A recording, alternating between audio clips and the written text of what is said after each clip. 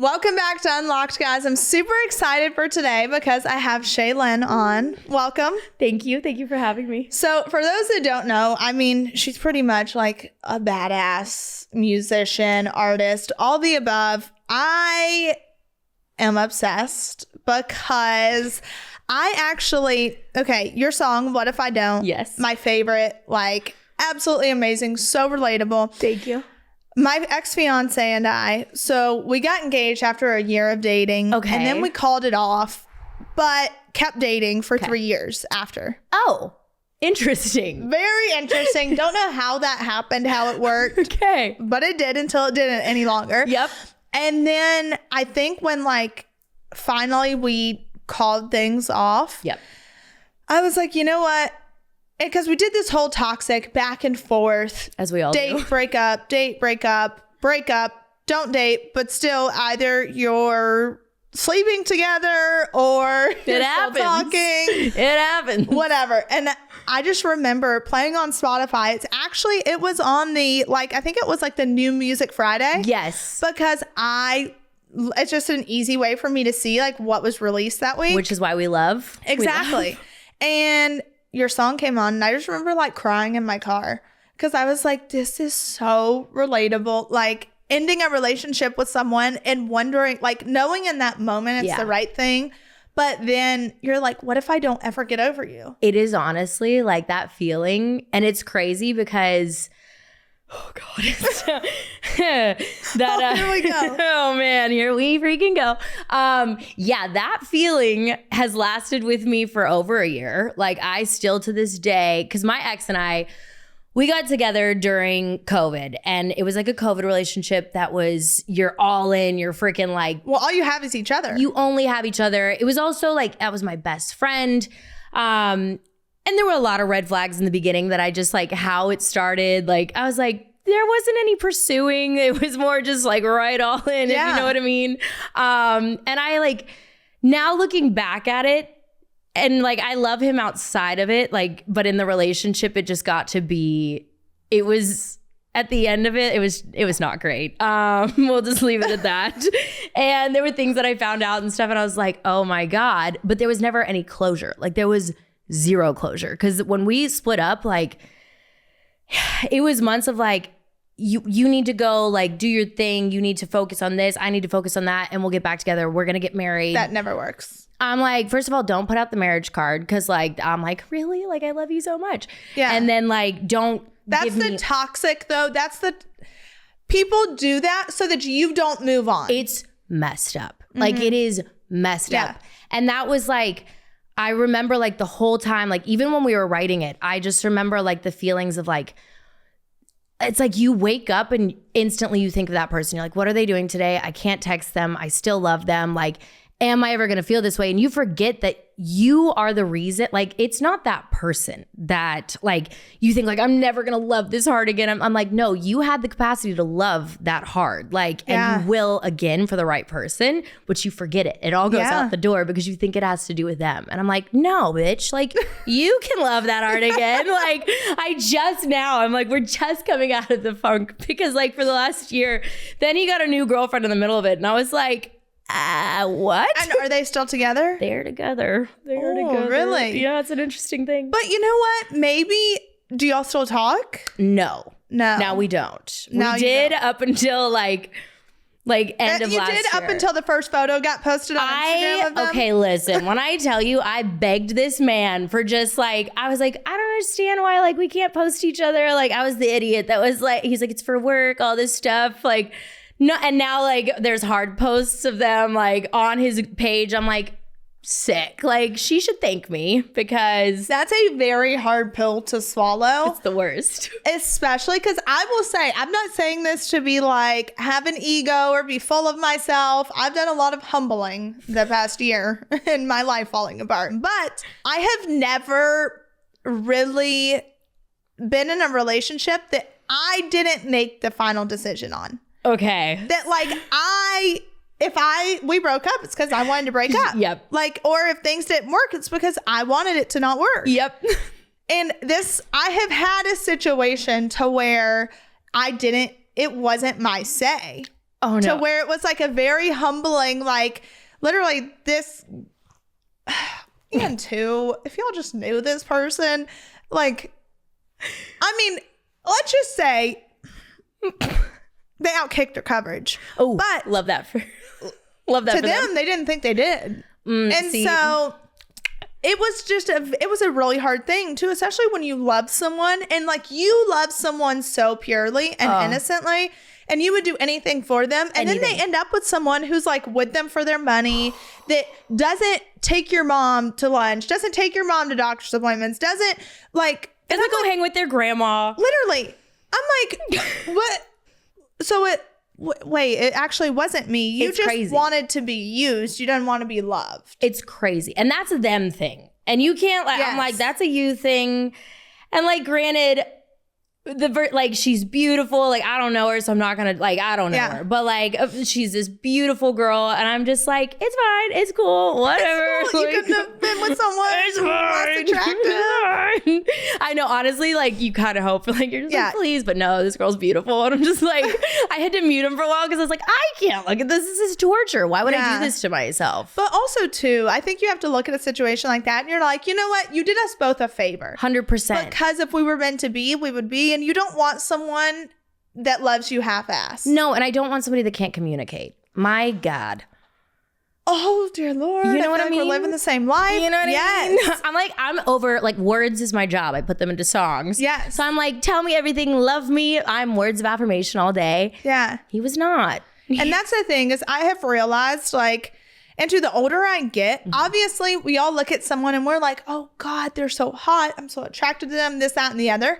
But I have seriously gone so, like, it's a much deeper thing for me because I'm like, I don't need you to have 6-pack abs. I don't need you to, like, be a gym rat. I need to emotionally connect with you. Yes. And if you're willing to communicate, I'm like, that turns me on more than any, like, washboard ab any day. Literally. I'm like, you could have like the weirdest feet. You could have weird nipples. I don't know. But like, I'm just like, just communicate with me. I'm like, I'll take it any day of the week. Exactly. Yeah. Because you think like 20 years down the road, looks fade. We may not be as attractive as we are today. Girl. So I'm like, I'm going to eat some cookies. I'm going to like all the things. Yeah. So it's like, you need to be able to have tough conversations. Yeah. And that's lacking in today's day and age. Well, because also like we're just like this the whole time. Nobody wants to like the pursuing aspect of dating has gone out the door. It has. You send a DM. If like they reply in this many hours, then like, okay, let's do this. And there's no like courting anymore. No. And it is so frustrating because it's like you kind of like you fall into it as well because you're like, well, I guess I got to just find the one that does it like kind of half-assed. Yeah. And you end up like, you're like, no, I deserve to be taken to dinners. I deserve to be talked to. Exactly. To figure it out. And like, I think all of us have forgotten how to do that in all areas of life. Well, I will say, like, I went out on a date and this guy was like, all right, I'll be there to pick you up at 7:00, and like comes with a driver, black car, like picks me up, takes me to dinner. And I was find like, that guy. Like, where are they at? I'm like, let's meet at Red Door. It's fine. Literally, I'm like, no, I'm not meeting you at freaking Red Door. Like, take me to a nice dinner. Love like, this. He was like, meh? Yeah, no, great. Okay. Great. And I'm like, okay, so it still exists. It like, exists. They're out there. It just takes time. Some weeding through a lot of bad ones. So many weeds. Yeah. So many weeds. But they are there. They're there. It's just a little less and less these days. Yeah, a little less and less. And it is hard too to like in the spot that you're at of like still kind of coming out of that. Like, what if I don't ever find what I thought I had with you? Or what if I don't like am not able to love like I loved you? And that was like the first person that I truly, because I've like obviously the end goal is like marriage, babies, but like I had never really felt that way with anybody as far as like, oh my God, I could actually see a future with you. Yeah. And once I got a taste of that, I think I was so hyper focused on like the end goal that I forgot like everything that matters leading up to that is just as important, if not more. Yeah. I just saw like, because even like him just saying like, we're going to get married, like that to me, I was like, oh my God. And I latched on and it was like, I forgot, like I ignored everything else. Yeah. And so I think because I let myself go there with somebody, I was so crushed about that. Yeah. That was what I was holding on to. And now like that I'm coming out of it, I'm just like, oh my God, thank you God, because I actually like, if I would have ended up with that person, it would have probably been really bad. Yeah. It would have probably been really bad. And he takes away people for a reason. It's just, people in your life for a season and a reason, and you have to accept it, because when you keep pulling them back, you delay your growth process. Rejection is protection is what I like to say. Oh, I love that. Rejection is protection in all areas of life. That is so true. Yeah. Wow. Yeah. That is so true. Yeah, because I guess at this point, I'd be getting cheated on left and right from an NBA player. So I guess we're good. I guess we're good. We're good. We're good. Oh, those NBA players. Oh, don't you know? Oh my gosh. Okay, so What If I Don't? Obviously, like my favorite song. Thank you. So therapeutic, y'all. You have to listen to it because everyone will relate in some way, shape, or form. I hope so. That's what I just put my heart into it. And it seems to be like, there's a girl that was like, they did like a reaction video and she's screaming it in her car, like crying. Yeah. And I'm just like, oh shit, like that's crazy. That's insane. Because that's where I was. I was like, oh God. So that's, it's pretty crazy when people relate to it on the level that, where I was when I wrote it. For sure. So what do you have coming up? You've got new music. You've got music, some shows coming up. I want to come. Where? Oh my God. I have one in like Idaho. I have one. I'm going to have a bunch in Nashville. So I'm going to announce them pretty soon. Okay. I'll be there. Okay. Y'all come hang out with us. It'll be a blast. It's going to be great. And then hopefully by the end of the year, put out my first album ever. That's amazing. In the entire like years of doing this, and I've only put out like EPs or singles, and I've never put out an album. But you also kind of are in such a huge transition phase right now because you did pop music. Yes. Lived in California. Yes. Grew up in Dallas. Yes. But lived in California recently, right? Correct. Yep. I was born in Chattanooga, Tennessee. I claim both Tennessee and Texas. Okay. So grew up there and then part-time in Dallas. And then I got into a pop group when I was like 11. And it was like a Christian pop group at first. And then later on we got signed to Young Money, Cash Money. And it didn't make any sense. That makes no sense whatsoever. They were like, we're going to do the Cash Money side as like our first pop group. And that was a disaster. But yeah, I ran off to LA when I was 17. And my parents were, dumb, stupid. A lot of life that I have lived in the last 10 years. I was like, if I could go back and do it different, maybe would have waited till like 21. Yeah. Because LA as a 17-year-old is nuts. It's so dangerous, like physically, morally. It's crazy. Yeah. It's crazy. And also that like era of music was a whole other thing. Yeah. I remember like the first Grammy party at Cash Money I went to, and like it was the first time I'd seen cocaine in real life. Like I was like, is that powdered sugar? Like what is that? What is that? I was like, what is that? And then I realized it's just that's normal. It's normal. Like people don't even think twice. Yeah. Which is sad because like I pride myself still to this day. I have yet to ever witness what cocaine looks like. Like literally I would be like, I would probably have the same reaction. Literally. Like, wait, no. It's crazy. Like I was like, and then I think I remember seeing the movie Blow and I was like,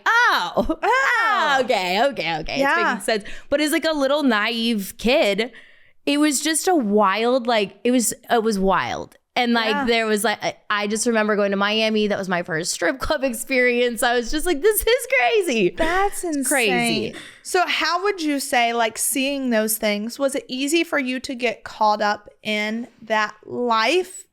I will say that, yes, that city will chew you up, spit you out. It will. Yeah. And there was a point in my life where I think music, like it was always like juggling the two, trying to figure out who I was, trying to figure out like, because when I did get off the label and started doing like my solo stuff, then you just like enter this world of, you go to these parties, you're seeing things that like majority of people will never see these things or experience these things that you think are like, you don't actually think are real until you're in them. And you're like, wait a second, what? Like at Coachella, Leonardo DiCaprio right there. And it's like nothing, like it's just nothing. It's like, that's just normal life. Or you go to the grocery store and somebody crazy is there. Yeah. So you're at these like parties and then seeing people willing to do things for their career. And you're like, you know what I mean? That's the hard part too. And especially that kind of is a good segue into the difference in men and women in the music industry as a whole. Yes. It's a huge difference. Yeah. It's a huge difference. It's a huge, as far as like the experience goes in general, the things that I was faced with majority of, and still up to this day, like there are things you're faced with men in power that are shocking to me. Because when I tell you like very young me being faced with some of these things, like men saying certain things that you're like, I really just thought that's happened in the movies, and it doesn't. Yeah. It does not. And they could be married, they could be not, like, and you're just sitting there like in that moment, being that young with no tools before that to know what you would do in this moment. And you just had a dream. Like all you do is have an innocent dream. Yeah. All I want to do is sing, make people happy, relate to people, meet them because they bonded over 3 minutes of like my journal that I gave them. Like that's all, like it's so pure at first. And then you get out there and realize how much baggage comes along with that dream. Yeah. And it is wild because when you are put in the positions, like there are some things that I've done that I'm like, I never thought I'd do that. I never thought I'd do that. And there's some things that I have shut down that it was the scariest, hardest thing because I'm like, oh my God, no one's going to work with me. They're going to blacklist me because I said no to this person.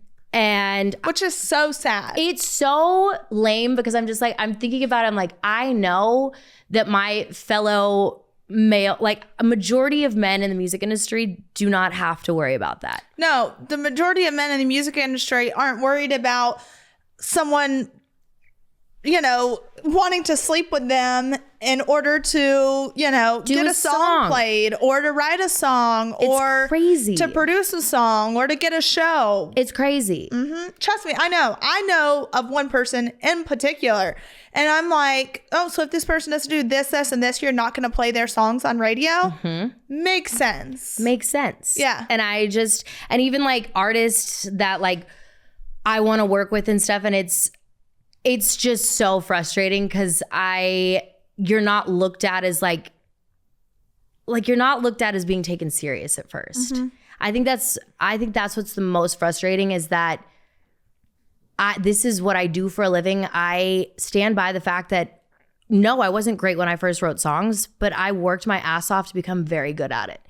And I want you to take me serious instead of just seeing me as like a face. Yeah. And that, I think across the board, I think every female in this industry has to deal with that. We see it a lot in the music industry because we're here in Nashville, but I also feel like women as a whole really every day. And I'm not here to preach this whole inequality thing, this, that, and the other. No.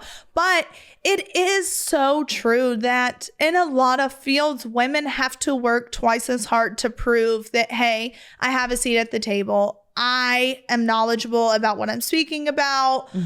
All these different things. And you just have to work harder. And I'm also finding out too, it's like the things you do that are talked about after the fact of like, I'm like, wait a second. If you put him and I and we did the exact same thing, like say you go out to a bar and you talk to this person and you make out with them, like that I will be talked about. You're a whore because you did that. 1000%. He's cool. And it's so stupid. I'm like, even though we say that it is equal and that like women can do whatever they want. No, not at all. There's a double standard. I've always said that. And too, because I have brothers. So I'm like, oh, so it's cool for them to go out here and sleep with God only knows how many people. But if I go out here and sleep with someone, I'm a whore. 100%. And I'm like, no, it doesn't work that way. It doesn't work that way. And yes, I get it. Like there are standards for men and women for them. Like, but at the same time, I'm like, my job shouldn't be affected just because of somebody that I had relationships with. Like,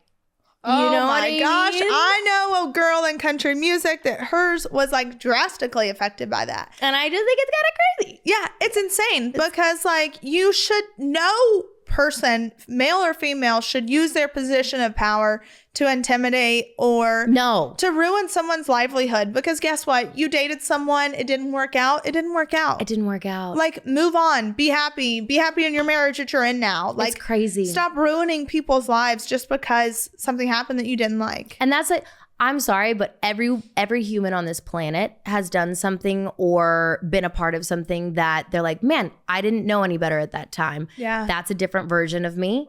And now I've like evolved into like every day you should be evolving. If you're not, I'm concerned. Yeah. But like every day you should be evolving. And if you hold on to a chapter of my life from 5 years ago, I'm sorry for you because I have changed and learned from it. Like, give me a chance. Give me a chance. But I will say that's so hard because I guess now that you say that, it's like I'm guilty of that. Like, oh my God, everybody is. Yeah, and it's just like, okay, just because you cheated on me doesn't necessarily mean maybe you're cheating on your spouse. No. Like, you know, I like hope not. Maybe you've changed. I don't know. Let's hope. Yeah, let's hope.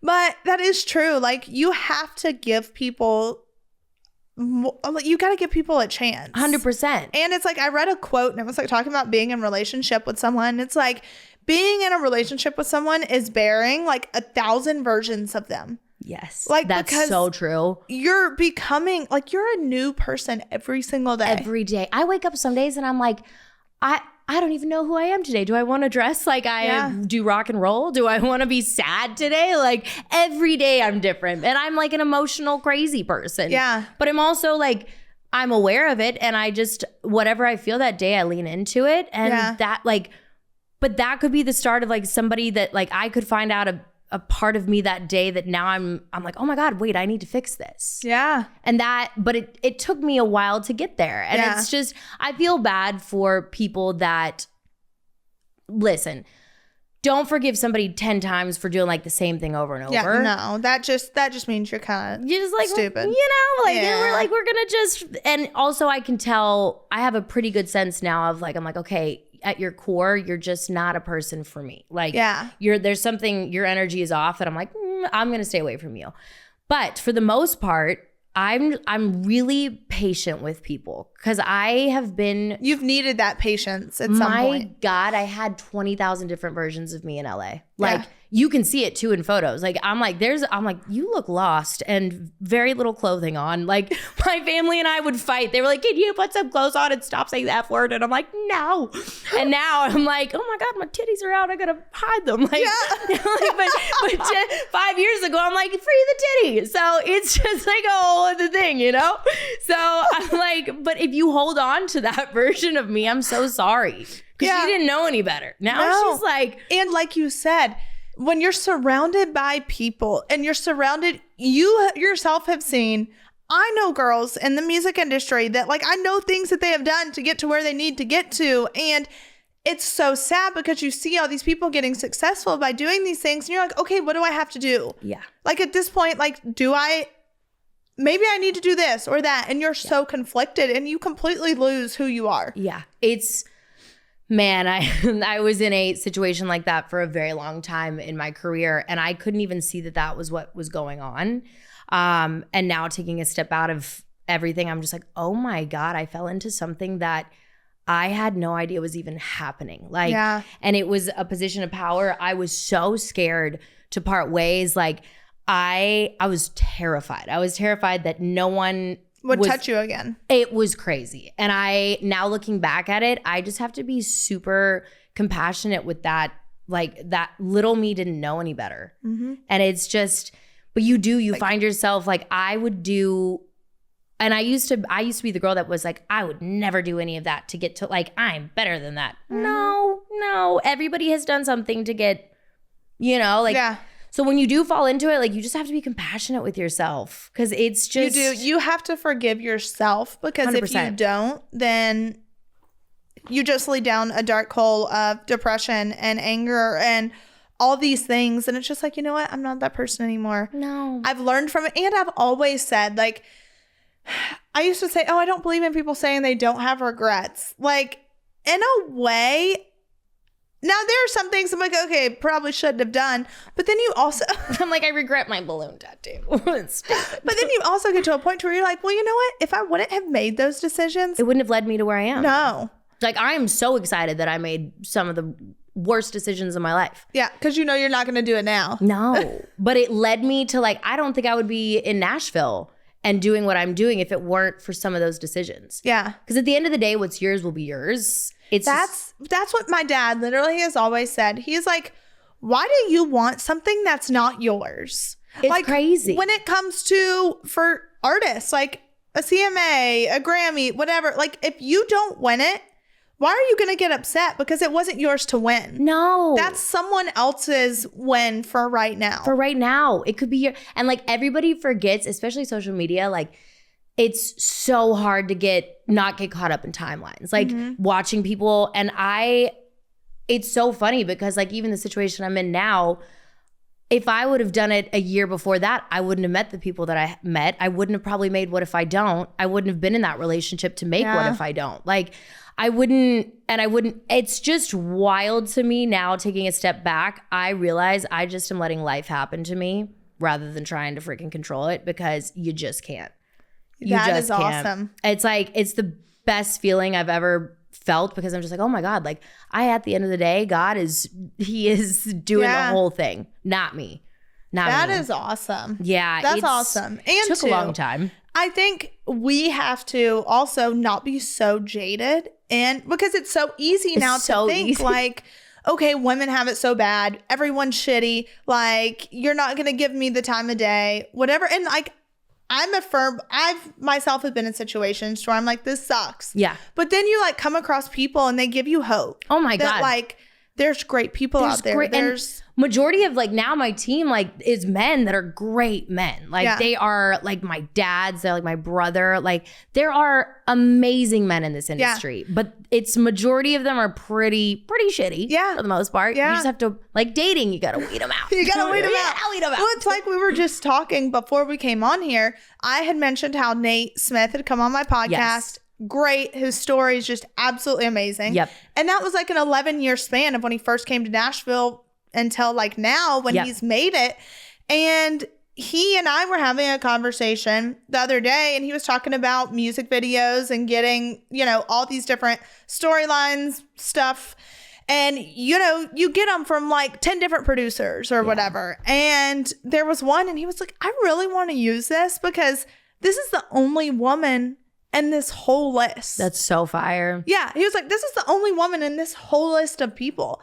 And I was like, I have so much respect for you. That's so fire. Much. Like, because that's what we need. Yeah. We need men who are not concerned about women taking their spot. Yeah. It's wild to me. Mm-hmm. It's a weird concept to me. It is. Because I'm just like, women are already like women battling women, which it makes me so frustrated too, because I'm like, girls, we all feel the same. Like, why are we doing this to each other? Like, but like society has pitted us against each other to be like, there can only be one. Yeah. I'm like, no, there's room for everybody if you work your ass off. Yeah. There is. And there's room for everybody if you're just nice.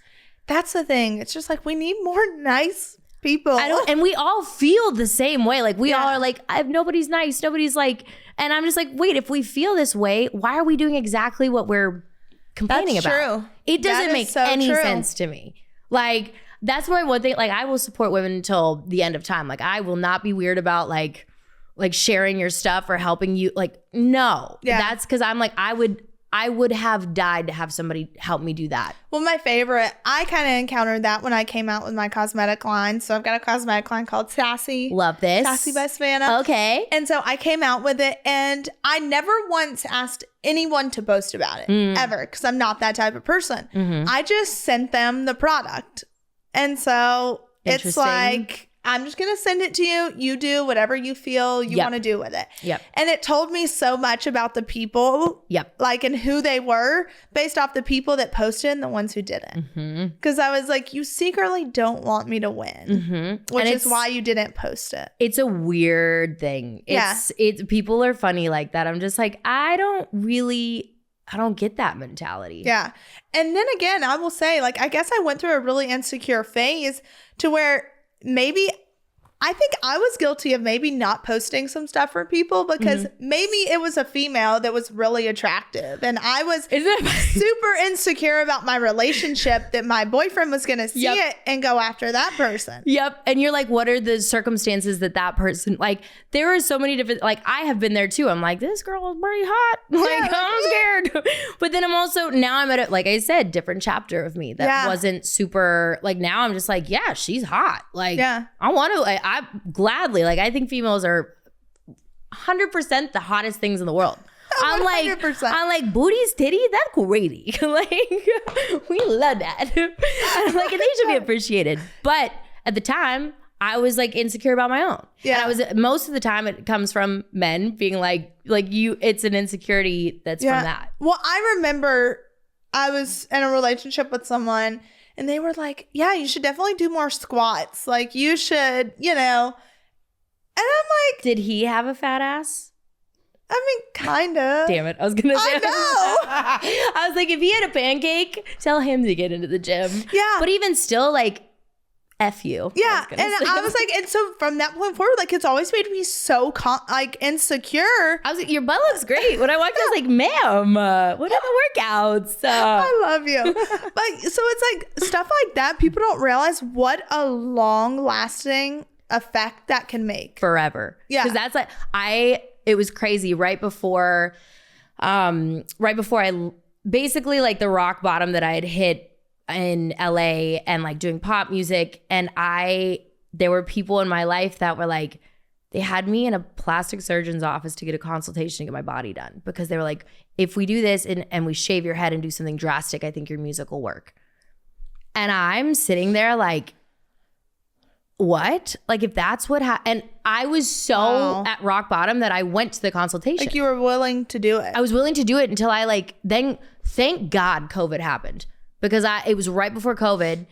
And I just remember taking a step back and taking a break from everything and realizing, if my music isn't going to work just as it is, and I have to go change my body and change the way I look for it to work, then this isn't what I need to do. And then it wasn't supposed to work. Yeah. And I'm so glad, like, there was just so many times in, like, and you can even see it in the way I dressed and the way I did my makeup, like, everything about it, it was never really me. Like, I had this person that was always just like, we have to redo the songs. We have to make you look as edgy as possible, because it was more about the character than the music. Yeah. And at the core of my being, I am a Southern girl. I love to write songs and I love to sing them. And if people want to listen, great. And if not, like, I know my mom will accumulate 10,000 of those streams. Like, Peggy Sue is majority of those streams. But when I just went back to who I was, it worked. It worked. So how long has it been since you left LA, moved to Nashville, and kind of switched started really finding who you were? It was crazy because last summer I was just coming out here to write for other people at first, because that team was also like, you just need to focus on being a writer. The artist thing isn't going to work. And I'm like, okay. Like, I was so desperate that I was like, maybe that is what I have to do. And I was so sad, because it was like, I write for the people and I have no problem giving songs away if I need to be a vessel for somebody else. Yeah. But sometimes it doesn't work for you, but 100% I'm like, please take it. Like, I'll write another one. But there are some songs that I'm just like, no, this is my story to tell. Like, I got to keep it safe. And I had come out to Nashville last May, and the first song I wrote at 9 a.m. in the morning, because I'd never done a 9 a.m. session, because LA, that's just crazy. Yeah, that's insane. You've lost your mind. And I just remember writing What If I Don't with Seth Ennis, Phil Barton, and Lindsay Rhymes. And I remember leaving. Lindsay? Do you know Lindsay? He's, it's the guy, right? Lindsay Rhymes, yeah. Yeah. He's Australian. Okay, so I was just with Lindsay this past weekend. He produced What If I Don't? And he wrote Whiskey on You or produced it with Nate. Yes. He's the best guy of all time. Like, him and his wife, I love them so much. That was my first session here ever. No, that was a good session. Freaking great. Because this guy, Ilya Tashinsky, had he pulled out his Rolodex, was like, I really believe that, because he was I'd like demoed a few things before that, and he came in the room. He's like, yeah, you're nuts if you don't do this. Like, you need to get to Nashville because I want to do your project. And so then he booked all these sessions, and that was my first write. And I just remember leaving that write, I sobbed. I sobbed because it was like the first time in years that I felt love for it again, that I felt like I was just singing my story. Yeah. And that I was like, I fell out of love with it for sure. Like I completely fell out of love with music for the first time in my life. And I remember leaving that session, and I was like, oh, okay. I'm going to have to go through the ringer to get out of everything that I'm in LA, but I'm going to have to do it. Yeah. And it was the scariest thing for me to do. But I just remember I went back after that week because I wrote majority of my, like, the songs that I'm putting out in that week. And I just remember Universal was great. We parted ways.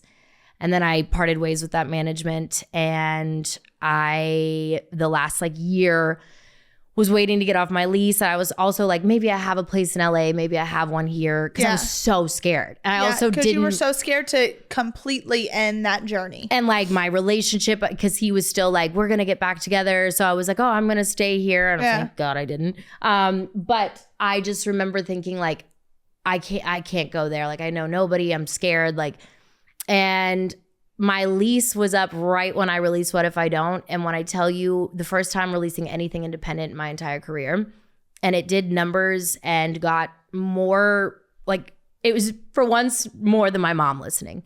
And I was like, okay, God, cool. I guess I can't be 1 foot in, 1 foot out. Like, yeah. So August, I packed up my bags and I moved. Holy cow. Yeah. See, and that's amazing because I say, like, God provides, like, it's crazy. Just in the nick of time sometimes. It's crazy. Because in a way, for me, it was like, okay, when the show ended, my podcast like took up, like my podcast started and completely took off. Yep. And has been such a huge success. And I was like, you know what? That's God providing. Like when one door closes, another one opens. And it is so true. That's amazing. Oh, I cannot believe you wrote that with Lindsay. I love him so much. Oh my gosh. I love it. We also have this other song that we did it'll come out this summer. And I like want to put him in my pocket. I was like, I love him so much. That's amazing. He's a good guy. He's so talented. Love that. So talented. Wow. Yeah. That's a story. It's a story. If you only knew the 9 years leading up in LA to like get to this point, But doesn't it feel so refreshing? Like it just truly feels like a new version. Like finally, you. And like everything that I'm doing, like down to the photos, down to the styling, like is just me. And then I have like the exact people I want to work with for my photos and videos. For like there is nobody ripping apart my songs when I turn them in. Like they stay exactly as they are, and that's so beautiful to me because by the time I would put anything out in the pop world, I hated the song because it wasn't what you created. No, I was like, this has been ripped like to shreds. And nothing ever, like, I was like, if I don't believe in this, how could anybody else at that point? So it was like, I went through the ringer in LA. I was the labels dropped, homeless in my car with my dog. Like it was just all the things leading up to this moment. And every day I'm kind of like one eye open because I'm like, is this really happening? Is this like, what's going on? Like even to be sitting right here with you over a song like that, that's the coolest thing to me. Which thank you, by the way. I love that. No, I love and I've always said for me, like music has been my therapy because I've gone through so much crap in my life that like no one knows about. And music was the only thing that would like shut the thoughts off or make my thoughts feel like normal and like I wasn't crazy. Yeah. You know, and like you hear songs and you relate to it and you're like, okay, it's not just me. Yeah. Like there's other people that feel this way too. It's okay. Yeah. It's just part of the process. It's part of the journey. And I think like that's what, like, I think the biggest compliment somebody like had put on there was just like, you put exactly how I'm feeling into words. And I was like, whoa, that is crazy. Cause I think that's when we did write it, I was just like, I think this is everything I could if I had to send this person a letter right now, I would send them this. Yeah. And it's exactly like what I wanted to say. And who knew being sad would make you money? Like, hey, it does. That's what I've said. I'm like, I was like, at least if I'm going to be sad, I should profit off of it. Honestly, the first time I've ever like made like a good check off my own money was yesterday, or my own songs. And I was like, wait a second, this is cool. This is great. And my heart was breaking, but it's fine. It's fine. It's fine. I can now like go buy whatever I want. It's fine. Not quite. I'm like, at least I can buy food for the week, which is great. It's great. That's amazing though. Yeah. Like, and it's just sometimes like the rebuilding process is such a beautiful thing and something to be so grateful for. It's so much fun. Because it teaches you too, like the strength that you have and what you can do. Oh, it's like, because when you look back at, like, there are times that I was like, I'm not getting out of bed today. I might not even like make it past today. Like there are a few times at rock bottom, and it's just like you look back and you're like, wow, like I did that. If I could survive some of those things, I can survive a person. Yeah. You know? That is so true. And too, I think it's something too for us all to remember is like nothing is ever that bad. No. Like, why choose a permanent solution to a temporary problem? It's crazy. That's why I have temporary feelings on me. No way. Yeah. That is so cool. Because it is all temporary. We just forget it. Yeah. It's like when you're in high school and you break up and like, or like girls are mean and you're like, it's the end of the world. Yeah. I'm like, it's not. No. It's really not. But it feels like it.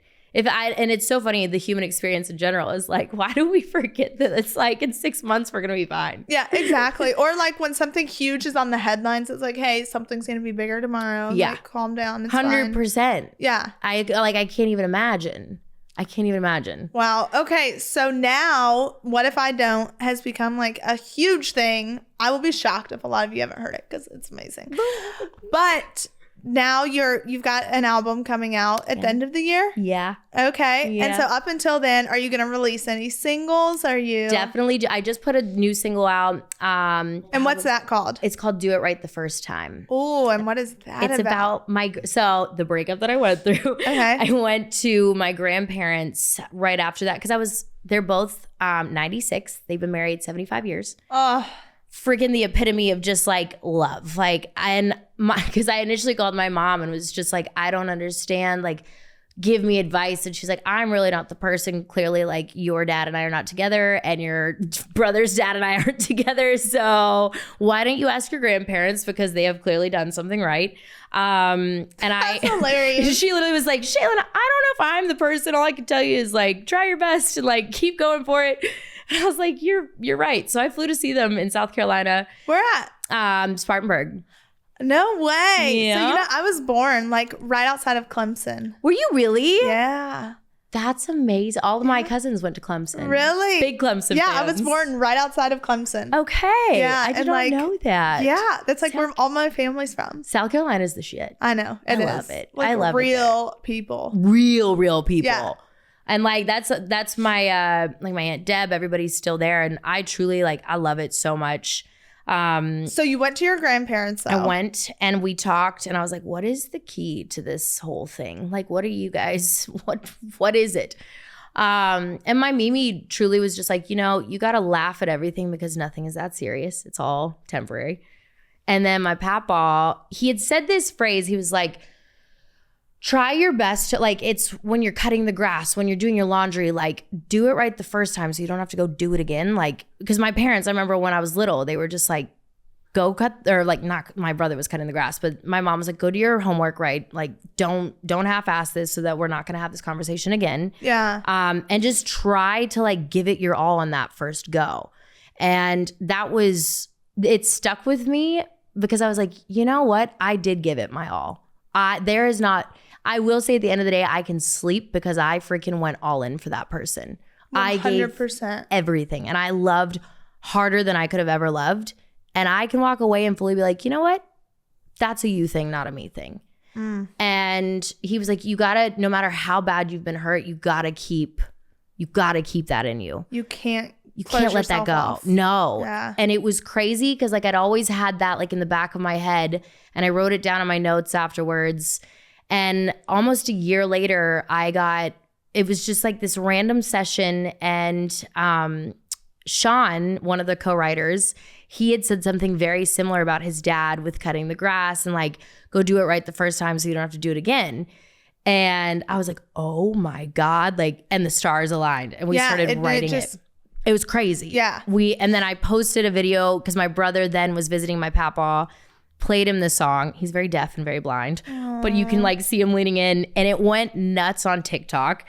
And everybody was like, I want to use this as my wedding song. And I was like, great, you could do it for the wedding I never had. So like, take it. I was like, this is awesome. Because I didn't think about it being a wedding song, considering it came from such a sad place of a breakup. Yeah. And then all of a sudden Kelly Clarkson's team reached out and I just did the Kelly Clarkson show over it, which was, wow. I was pooping my pants a little bit because I was like, I love you so much. Yeah. And you know that I exist, so that's cool.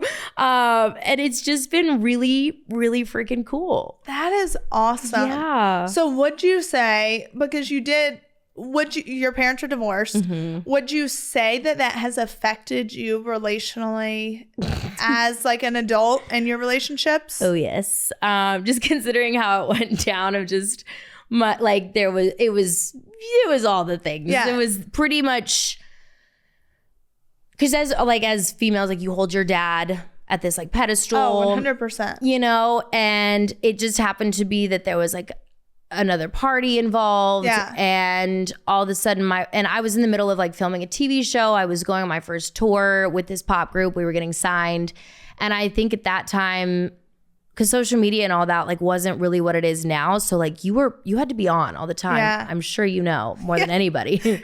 I'm sure you know that it's just like you don't get to have a bad day. No. And this was in the middle of, I just couldn't fathom the fact that I was like, oh my God, like my parents aren't going to be together anymore. You're not as perfect as I thought you were. And we put parents on pedestals. And now that I'm older, it's like, they're human.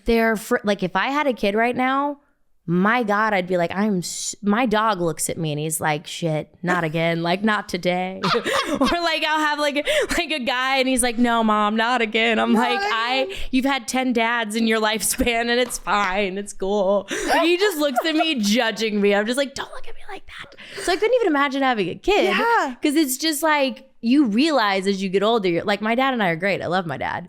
But at that time, I was so angry with him. Also, Peggy Sue, my mom's the shit. Like, I was just like, how could you, Peggy Sue? But they have their flaws and it didn't work out. Yeah. And like, that's okay. Like, and my stepmom's awesome. Like, we're all cool now. Yeah. But it took a little bit. And but it was detrimental at that point for me. Yeah. And it was detrimental to my relationships after that.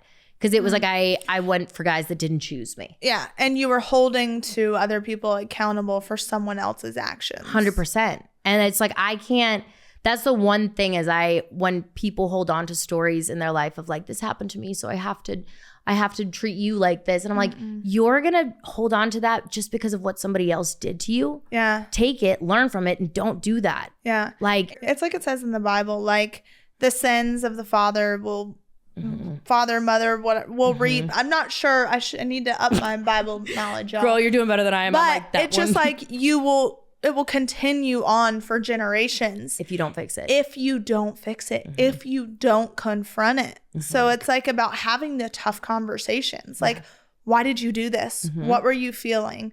Why did you feel that was the right move? Like, I'm just now learning that. Literally, a good friend of mine, Brittany Ruby, she's the CEO of Jeff Ruby's Steakhouse. Okay. And she just told me that probably like a month ago at an event. And she was like, if you don't confront it, it's going to continue on for generations. And I was like, you're right. And so I'm like, wow. So it's like even small things. It's like that's where the communication comes. It's all communication at the end of the day. Yeah. Like, there's a thing that happened with my mom and I recently that like my mom's just such an awesome person. But I saw like something in her childhood come up that I was like, no, this is a you thing, not a me thing. And even with my dad, like my parents, my dad was FBI. So it's like my dad. I'm not going to hold that against him. Literally, like when I tell you that when I confronted him, because I went to him in 2019, because I had done something in a relationship that was very similar. And I was like, oh my God, I just became the person that I was so angry with. Like, yeah.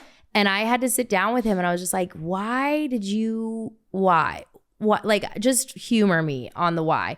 And he gave me such a like, it was such a military response because his whole life he's been in the Navy, then like, and he was an incredible undercover agent. Like he was incredible. Yeah. One of the best. And I realized, I was like, oh my God, this is just something that you don't know any better on how to like, you keep going. Yeah. You just like, you're so conditioned. It's crazy. Like anything that could possibly set you off, you exit out and you keep going because he had to stay alive in his job. Like he had literally, there were moments where he was doing such crazy cases that his end goal at the end of the day was to not get killed. Oh, that's a crazy thing. Like I can't actually like I'm fathom like my life being on the line. So of course I'm like, when it comes to like real life things, like of course you're gonna kind of be a little messed up with stuff. Like so I couldn't, at that point, I was like, oh my God, like that's your journey.